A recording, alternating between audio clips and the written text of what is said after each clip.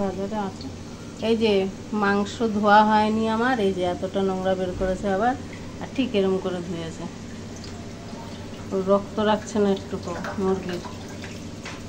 দেখতে পাচ্ছেন? এই যে আমার মেয়ে মাংস রান্না করবে, এই যে আমার ধোয়া হয়নি, তো আবার ধুচ্ছে নলকা থেকে ভালো করে। ঠিক আছে। আর এই যে আলু ভুলে ছোট কেটে ফেলেছে, তো কোনো ব্যাপার না, ছোট ছোট ভাজা হয়ে গেল।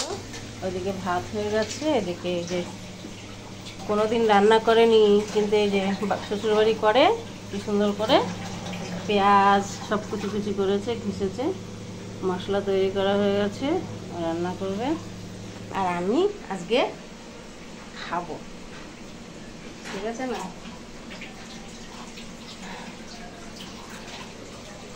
গুড ইভিনিং বন্ধুরা, কেমন আছো? আশা করি সবাই ভালো আছো, আমিও ভালো আছি। আর আমি এই যে দেখাচ্ছি এগুলো। ঠিক আছে, দেখলে জিরা ফোড়ন দিয়েছে তেলের মধ্যে, দিয়ে তারপরে রসুন আর হচ্ছে আদা ঘষে রাখা ছিল, ওইটা দেওয়া হয়েছে, তেজপাতা দেওয়া হয়েছে। ঠিক আছে। আর ও দূরে দূরে করে থেকে রান্না করে, কত দূরে দাঁড়িয়ে। আর এই যে এটা দেবে, মশলাটা করছে, দেখতে হচ্ছে মশলা ছিল, সেই মশলাটা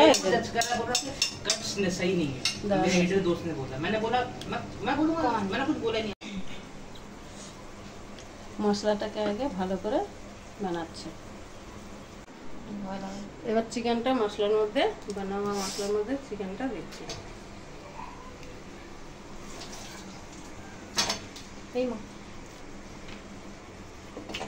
এইটাতে দিতেও ভয় লাগলে তুই করে করিস, আর কি বলবো। বাস তাও করে নি, এইভাবেই শ্বশুর বাড়িতে করতে হয়। চুপ কর। আচ্ছা, ও আরে তো তুমি বলো না, তুমি বলো না।